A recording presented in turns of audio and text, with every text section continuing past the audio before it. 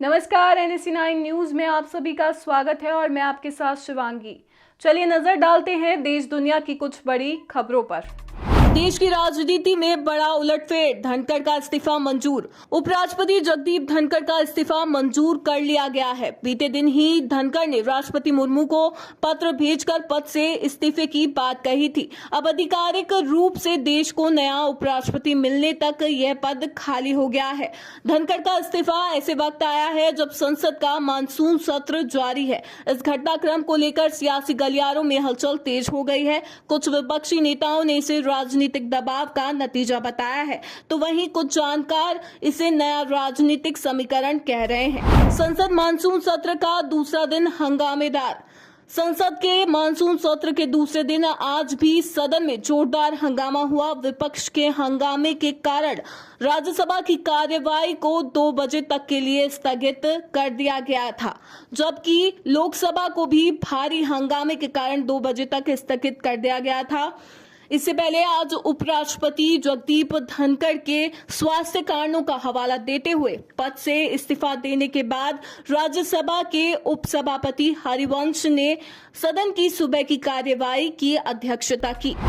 जगदीप धनखड़ के इस्तीफे पर गहलोत ने क्या बताया? भारत के उपराष्ट्रपति जगदीप धनखड़ के इस्तीफे के बाद राजनीतिक और व्यक्तिगत प्रतिक्रियाएं सामने आने लगी है।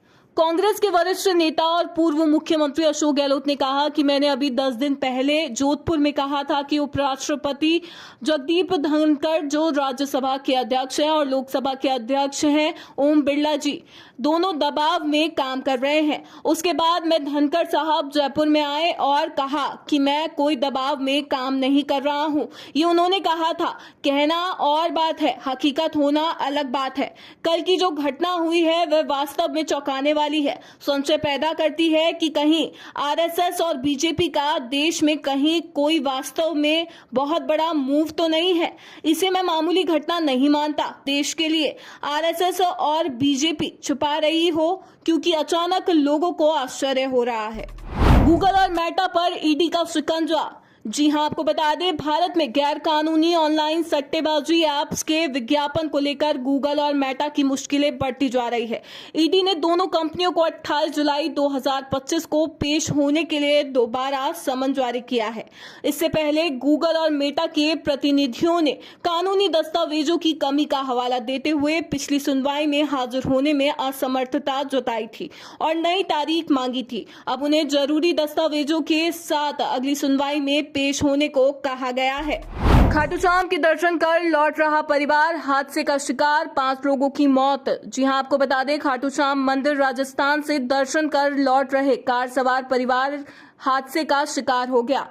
हादसा बीकानेर के श्री डूंगरपुर इलाके में हुआ, जहां 2 कारों की आपस में टक्कर हो गई। हादसे में 5 लोगों की मौत होने की खबर सामने आई है।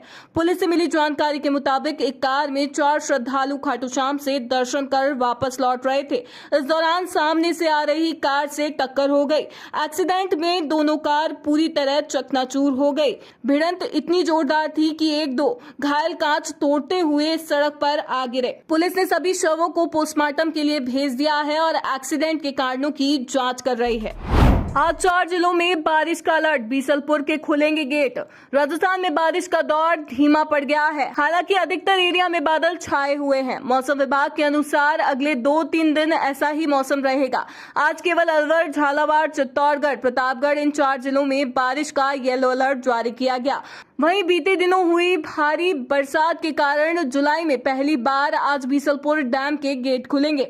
सोमवार तक बांध करीब 94% तक भर चुका था। मौसम केंद्र जयपुर के निदेशक राधेश्याम शर्मा ने बताया कि मानसून ट्रफ लाइन अब अपने सामान्य से उत्तर की ओर शिफ्ट हो गई है। वर्तमान में जम्मू चंडीगढ़ से होकर गुजर रही है। पूर्वी राजस्थान के कुछ भागों में आगामी दिनों में हल्की से मध्यम बारिश होने की संभावना है। उन्होंने बताया अगले 4 से 5 दिन केवल छुटपुट स्थानों पर हल्की से मध्यम बारिश होने की संभावना है, जबकि अधिकांश जगह मौसम साफ रहेगा।